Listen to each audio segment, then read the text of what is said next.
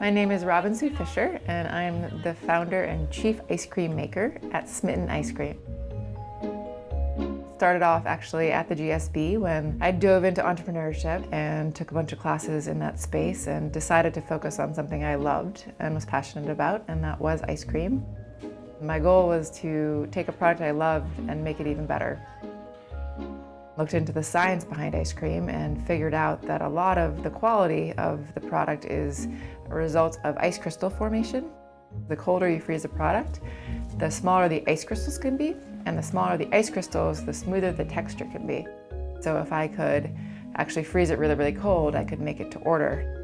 I started playing around with liquid nitrogen, which is negative 321 degrees Fahrenheit, and I started literally at GSB. I was sourcing a tank of liquid nitrogen and making ice cream in my backyard. And pretty much by the end of my 2 years there, I was known as the ice cream girl. Like, some people didn't even know my name, I was just the ice cream girl. I actually spent the next 2 years after the GSB working in a basement shop with a brilliant engineer and really just making ice cream over and over again with different types of mixing devices. And we ended up with a prototype of our now machine that we use at our shop, which we call Burr. What I decided to do was just sort of go rogue a little bit and figured I needed something to carry this, 40-pound stainless steel device and a tank of liquid nitrogen. And I also wanted something to sort of prove that I was trying to do a wholesome approach to ice cream, despite that it looked kind of modern. So the radio flyer wagon idea sort of came about. I was telling someone that I was selling on the street, and they were like, "Oh, Wall Street?" And I was like, the street as in the street. And so that was my life for the next 9 months. I just sold ice cream on streets and alleys and parks in San Francisco. I actually got to the point where I was totally fine with it not working. I just wanted to know. And then we started getting lines and lines and lines and selling out every day. So we were able to create enough momentum to open up our first shop in Hayes Valley, San Francisco, and that shop has now been open for 2 years. It's a very, very interesting shop in that it's actually built out of a 40-foot long recycled shipping container.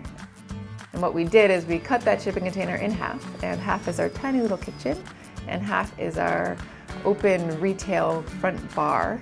And on that front bar, you will see 4 of our Burr machines. You can interact and watch your very own ice cream being made right in front of you. You actually get to see this fog, this sort of nitrogen vapor that forms around the machines. A San Francisco fog over the machine. It has like a double helical mixer, which together sort of scrapes every surface of itself to create the exceptionally small ice crystal.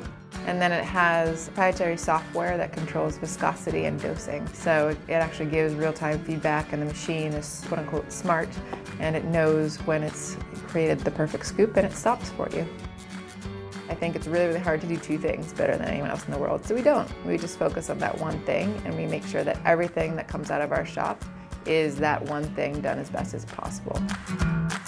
Having such a small menu allows us to pick the best of the best ingredients and make sure that every single flavor is as perfect as we can make it.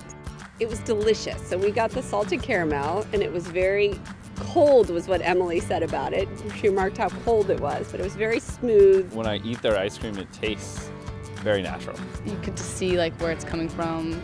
They are full disclosure on the ingredients, which is always nice.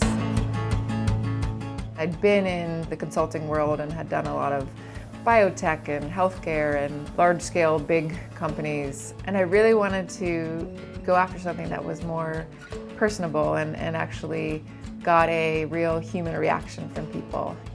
Ice cream was always a thing for me and my family that brought people together, and it was always a thing that was a delightful moment in the day.